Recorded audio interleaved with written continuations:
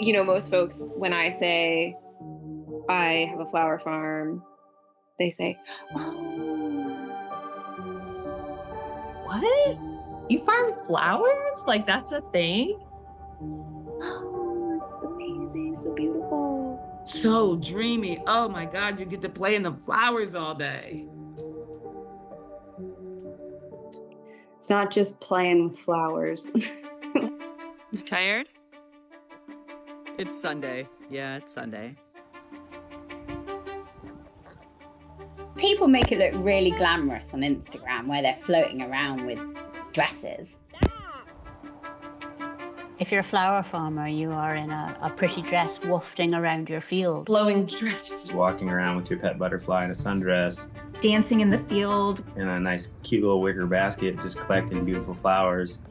And it's whimsy and joyful.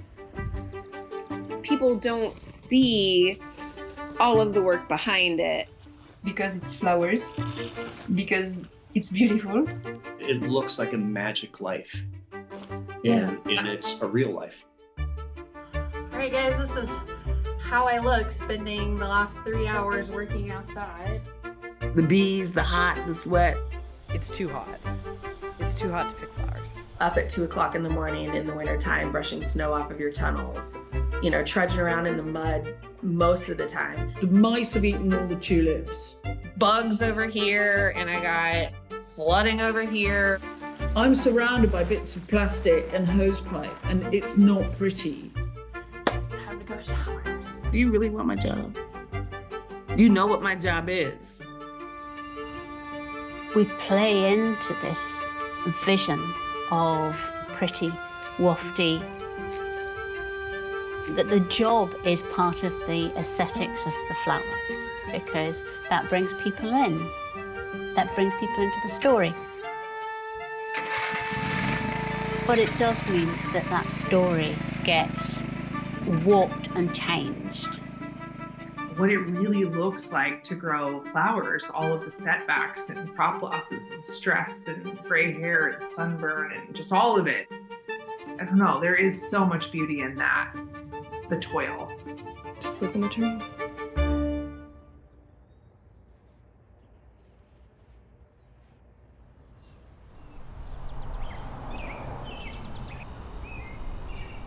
What I did first was I planted a patch of lupins just over there, which are actually still there, and I wanted to see whether any pests were going to come and eat those lupins, and they didn't. So I thought it was safe to plant out my sunflowers and cosmos, and I planted out about 700 plants, and as you can see behind me, it's all gone. Absolutely nothing left. The rabbits have basically just decimated everything that I've planted. So yeah, there's nothing in this field now. It's absolutely empty, and we're in June, so you can see what kind of situation I'm in. I'm kind of just doing little experiments and like I said, celebrating the little wins. It's common for people to think that this is kind of a hobby and I'm just tending to a garden and it doesn't really mean too much. But actually, I am trying to make a living out of growing flowers. So I do DIY flower buckets, weddings, subscription flowers, I do farmers markets, I sell to florists occasionally, and I also do workshops. It's just really special to be able to pick those flowers, know that they're going off to somebody to kind of give them a little bit of happiness. That part of flower farming is really what I do it for. But it's definitely a lot more difficult than people think it is. I am working alone here on the flower farm, so it's quite challenging.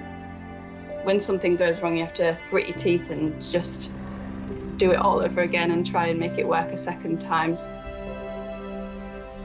I'm stuck. I just can't figure out how this works. This year has been really challenging, and I don't necessarily know whether people close to me realise how challenging it has been because of the perception of it being kind of a hobby or recreational. even though I've lost my income for the last few months. I considered giving up. Just chilling on the floor with my runnocks that I'm about to plant out. So I'm hoping that once they get into the ground and things start warming up, they're going to have a little bit of a growth spurt and they're going to be looking fantabulous. So let's get planted. I probably am just a little bit behind others just because of all of the things that I've had to learn along the way, but I don't like to kind of pitch myself up against other people because it's not good for kind of morale. However hard it is, I always come back to it because it is so rewarding and every day is different. I just can't see myself giving up anytime soon, no matter how hard it gets.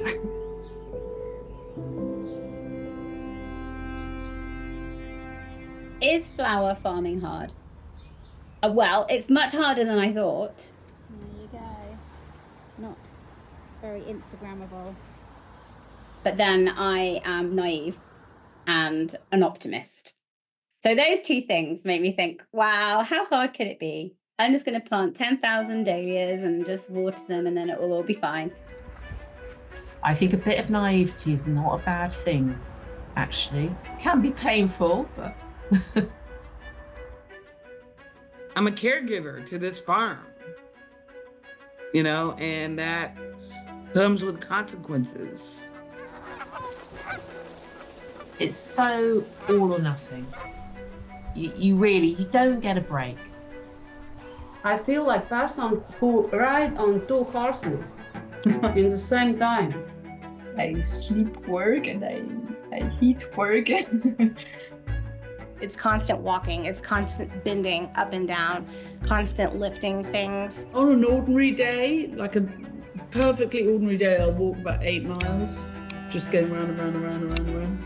Fantastic. During the season when we were really hopping, you know, from 2 a.m. till 10 p.m. every night for 12 weeks. Yes, yeah, we get up early and we spend until sundown and sometimes even into the dark we're harvesting. I think it's 70, 80 hours per week, weekends included.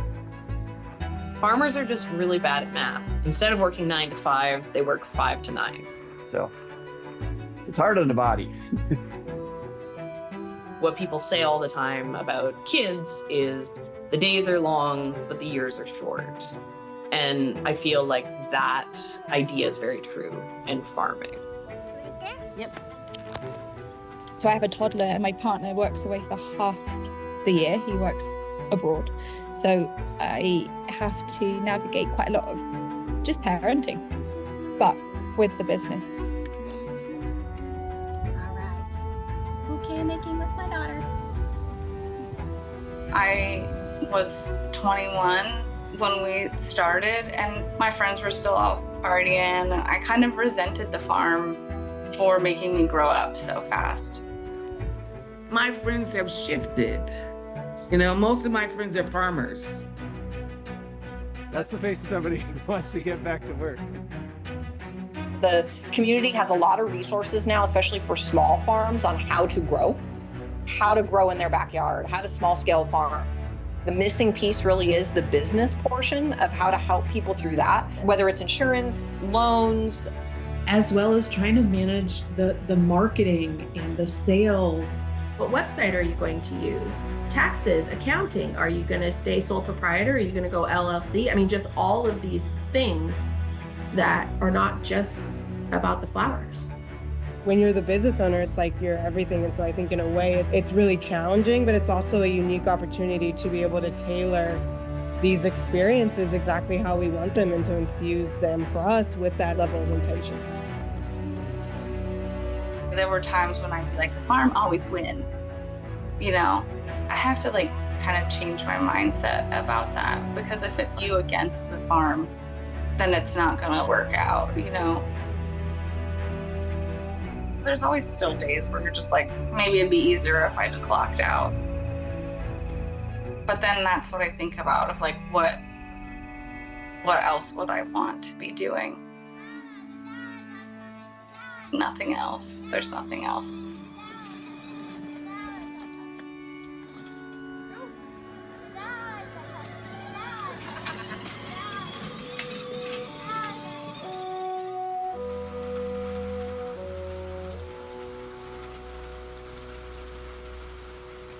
I can't imagine any other life.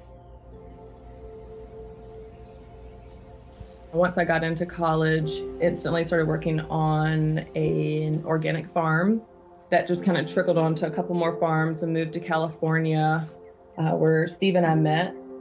I convinced him that like what a life we could have if we had a farm. Winter's off. It's Yeah. gonna be great. Easy life. Easy life. Well, here's the property and the house. Very, very cool. Very quaint. Most amazing little outbuildings on this property that you'll ever see. Kind of the agreement with Steve and I moving here was I'll move to Georgia and we'll start this farm if we can get solar panels and if you learn to play the banjo. Well, we got solar panels right off the bat, so I still haven't learned the banjo. Still no banjo. Still not the banjo. Because I haven't had time. But when I have time, it's going to happen. It's going to happen. We are a solar-powered farm. We have 150 solar panels up, so we produce twice the amount of energy that we use. Our vehicles run on waste vegetable oil. We try to be carbon neutral as much as possible in all of our operations. Just got the last panel installed. It's number 131 for the farm. 18 over there. All these guys up here. 42 up there. Happy. We have a very keenly developed sense of ethics, and we get to put our principles into practice every day here. There's always the option to forego all those things for better profit, but we don't do that. This has been a 13-year meditation in trying to create a little slice of the world that we wish we lived in.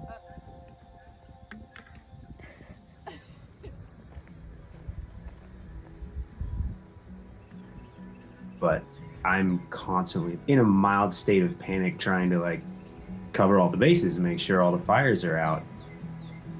Everything's riding on me and all these people are counting on me.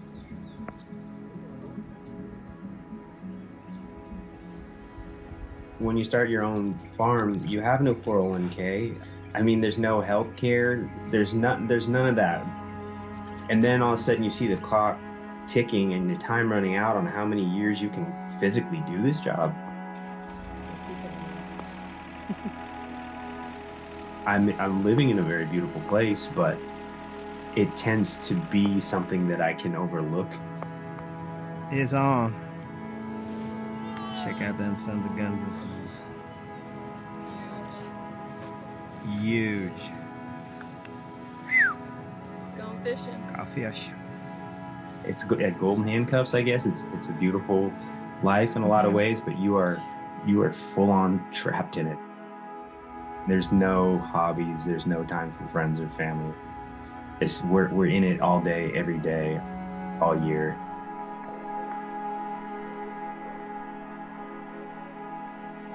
You can't help but, see loved ones pass and see friends getting older and see everything happening from a distance that you're just not part of.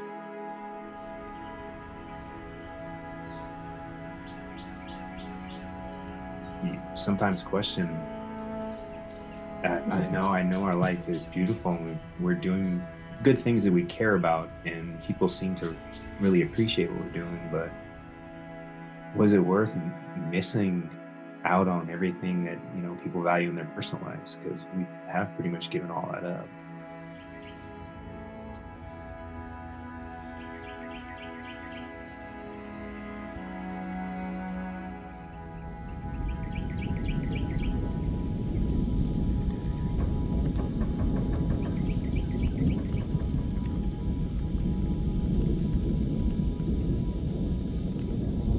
I remember, I think it was at my 15-year high school class reunion, and somebody asked me what I was doing, and I told him I was a professional gambler. And he said, "Really?" And I said, "Yeah, I grow flowers for a living." And I said, basically all farming. All farming is professional gambling. Here comes the wind. The second you put that seed in the ground, I'm amazed sometimes they grow at all. It's a battle. Here we go again. Mother Nature is always in control. And animals do whatever they want. Are you kidding me? Storm after storm after storm. We had really bad flooding where we've had to be out on kayaks. There's actually 13 different words for mud in Sussex dialect. Like really bad flooding. Oh gosh. Oh, every single row is flooding. You've got bugs wanting to eat it. I mean, the mouse, they know where you are. We would go in and we would plant a row of plants. They see the field and they say, oh, there is some food. And the bunnies would come in and they would eat the row of plants. It's nice to be here. We're gonna stay. We're gonna bring some friends. What a pest. Deer are always a problem, but I was not expecting this year my neighbor's cows to get out and they trampled all of my rows of annuals. Please go home. So much of it is outside of your control. You've got pathogens that want to use it as a host and ruin it.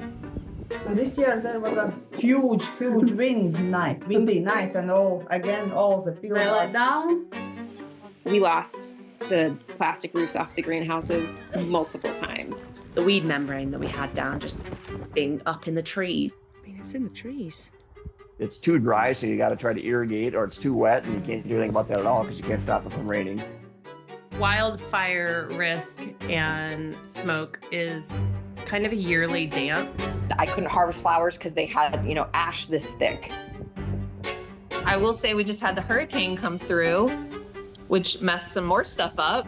So that's Brides crying, me crying a lot. Even if you think you're ahead, next week you're likely to be served another notice by nature that you are not in control. How did you do? Oh my goodness. You don't look dead? There's some damage, but overall, look how green.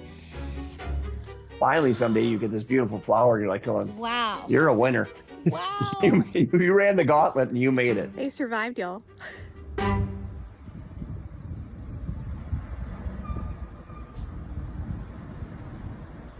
Good morning.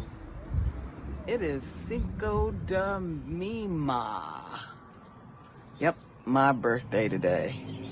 Took the day off from the farm today, and I took the day off yesterday, and so harvesting didn't happen over the weekend. We kind of let things bloom a little more out. It was just beautiful coming to the farm and seeing things. I mean, the farm is busting in color right now.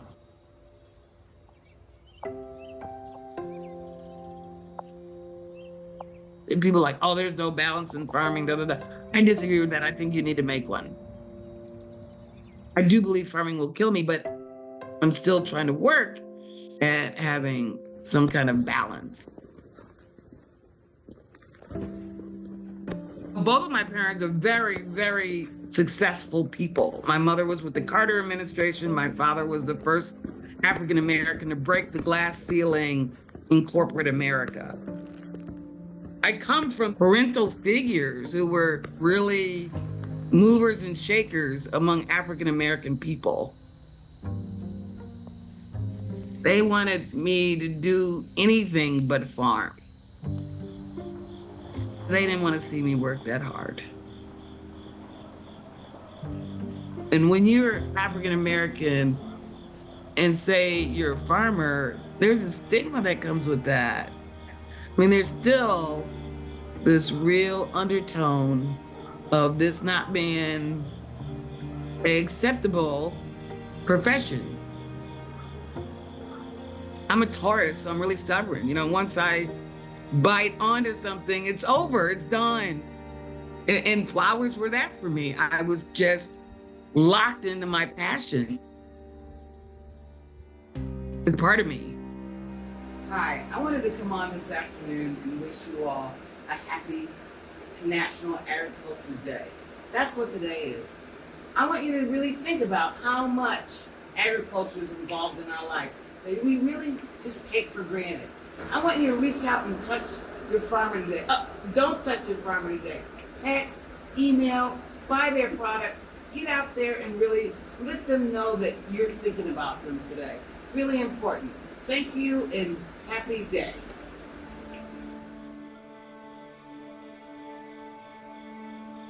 I've been doing this 30 years.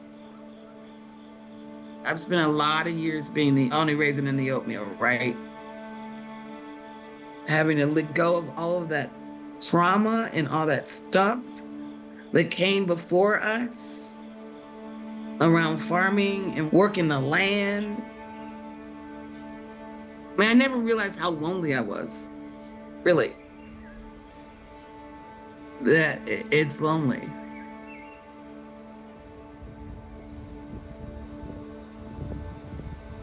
It is definitely, generally, a pretty conservative, white, old boys club. To even go on errands to help our business, operate can be risky, can be mentally a lot stressful. We go and we get bales of hay from the feed store. We're going into locations where we're not always sure, is it safe for us to be out? We do experience racism. Our existence is challenging the status quo of who is your farmer?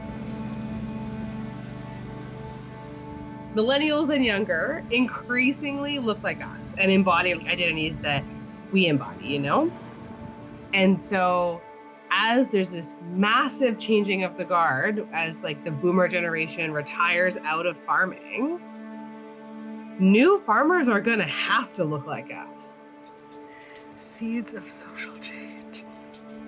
The whole reason why I started the farm was because I didn't see a ton of people that looked like me. I feel this passion to have the farm be this, safe space, but also this representation for others who look like us, who hold similar identities, that you matter, you can do this. When somebody looks like you or is like you, it just makes you feel more validated. Flowers cross all boundaries, all of them. Every single boundary you can think about, a flower can cross it. It's magical to give someone flowers that you grew. Oh no. Okay, you want to hold it? I see it as freeing and finding joy in the land.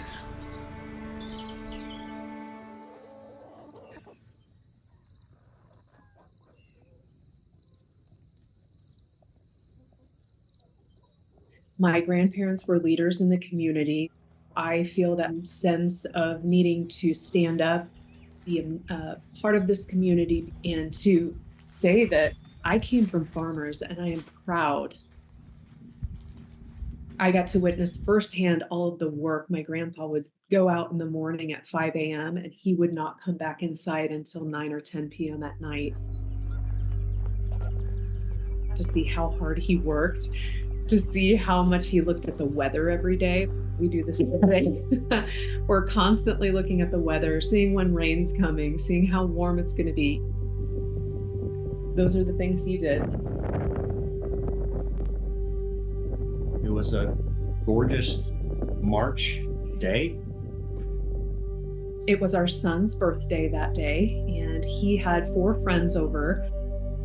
We kind of milled around. I was doing some things inside the greenhouse, and our dog started to act really weird. It was about 20 minutes later, our tornado warnings went off on our phone. Life was roaring. That's the only way I can describe it. It's a roar unlike anything anybody has ever experienced. Yeah. And that's when I realized it's coming directly for us.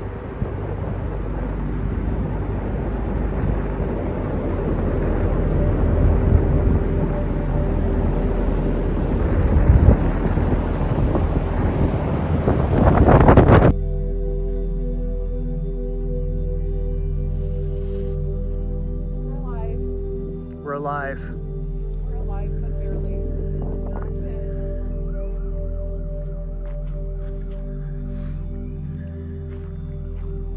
After it passed, after it went over, just the complete and utter calm.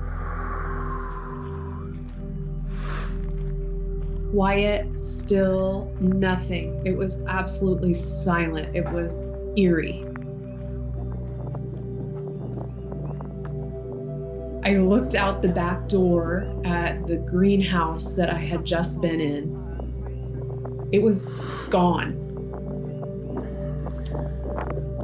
The high tunnel I had been planting the ranunculus and anemone in, gone. Jesus, the cottage is gone.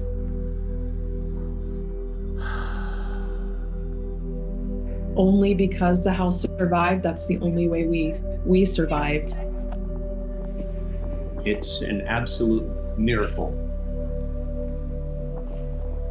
You know, things have just been hot politically, and none of that existed. It was just kindness. It was just people being wonderful, people showing the best of themselves. And that was restore and faith in humanity through that tragedy. We got through it with our community. I would say there was never a discussion that we were ever going to give up. There was never a point where we questioned whether we would keep going.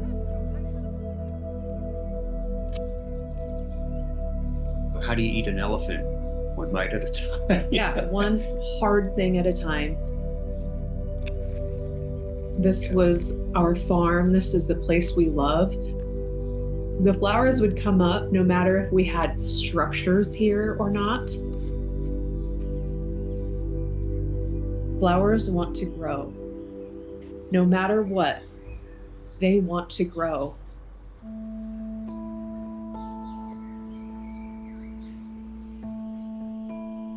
It's so easy to give up. There's so many pressures that are against you. Not everybody can grow these flowers. It's amazing the amount of people that can. Everyone that is growing cut flowers, you have a special talent. And that is a talent that serves our communities, that has real value. The experience of beauty in our lives is not insignificant. I love going out and seeing all the bees and butterflies and birds and all these little animals and wildlife that come to the farm because we have flowers. I don't know, it's so just magical. And I think bringing some of that magic back in your life when you've had bad things happen, it just heals you. Even though some things can be really challenging and upsetting, I think it is a really good learning experience, and it will just help me to become a better grower and probably a more resilient person in the long run as well. For me, the work of flower farming is the work of constantly hoping and constantly planning for a future that you hope is going to be there and is going to meet you. Hope is like partly why we do it. Hope is why we, in January, think, you know what? I'm going to grow 100 sweet peas this year. 100 different varieties of sweet peas. Hope is totally everything. It's the biggest motivator. It's like, oh, I hope next season will be better. So you do it again.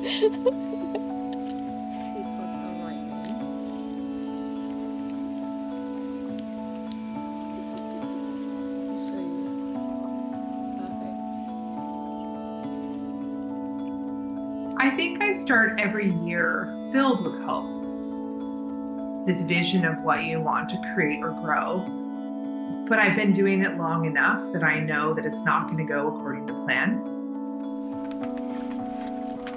You can do everything right, and it can still go wrong. And there are so many unexpected gifts in the things that feel like they're falling apart, or they feel like they're this disaster or this mistake, and they end up being these incredible gifts. I cannot control nature. I can't control what happens. I can control how I show up. Next year might be bad too. Next year might be wonderful. You have no idea. All you can do is your best.